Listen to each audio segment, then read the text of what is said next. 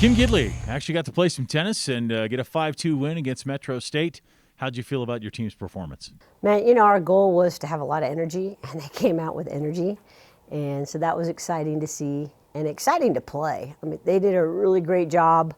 Consider, pretty much we played all internationals except for one, and they got to go home and compete in tournaments and play over the break, and we haven't in 10.5 months. So to actually not have one single competition, I thought they did a great job of handling the diversity, especially since we lost the doubles point, to be able to have that composure, to not panic. And even in the singles matches, we had some 3-0 deficits at number 2 singles by Alex Koo, and she came back and won in the next 6 games to win the set. And that showed a huge amount of heart and discipline, since we're known so much for our doubles. But doubles, we saw some great stuff, and the number 2 doubles team, they beat Colorado last week, so that was a significant win. So they're a legit team, and to beat them pretty handily, 6-3, was huge. So we had a freshman, Isabella Flodine, and Alex Koo, and so that was awesome that they came out there. And the other 2 matches, we felt like we could have won after watching the review of like, hey, if we play a point here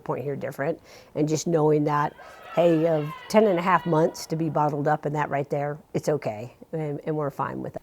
So all in all, afterwards, you probably feel, I don't know, do you feel even better about your team now after you've seen what they can do? Oh, absolutely, and like I said, watching some of the videos of just knowing, hey, if we execute here, all of a sudden, instead of losing that match, we were capable of winning 6-0 or 6-1, and that's got to make you feel good that we're doing a lot of the right things. And we had asked the players of like, hey, we're more concerned about what are you doing versus like, are we doing the win or loss? And we saw a lot of that. We saw some huge adjustments from where we were at last year of the things that we're doing. But, like I said, showed a lot of fight and heart in the singles and discipline, which is for a young team not to just roll over and play dead, which is like, oh, we're playing at home. And we rarely lose the doubles point, if anybody knows Air Force tennis. So it's pretty significant. But again, it was like they just moved forwards, went on, and so it was great to see them battle through, some of the tight, close matches, and like I said, in some of the early deficits too. Mabele Becerra, she was down 3-0, and same thing, battled back and won that set 7-6, and that's what you want. Good job. DU coming in this week, one more match. I guess, what do you want to see from your team? You've seen now they perform pretty well, although, like you said, drop the doubles point. So what do you want to see against DU?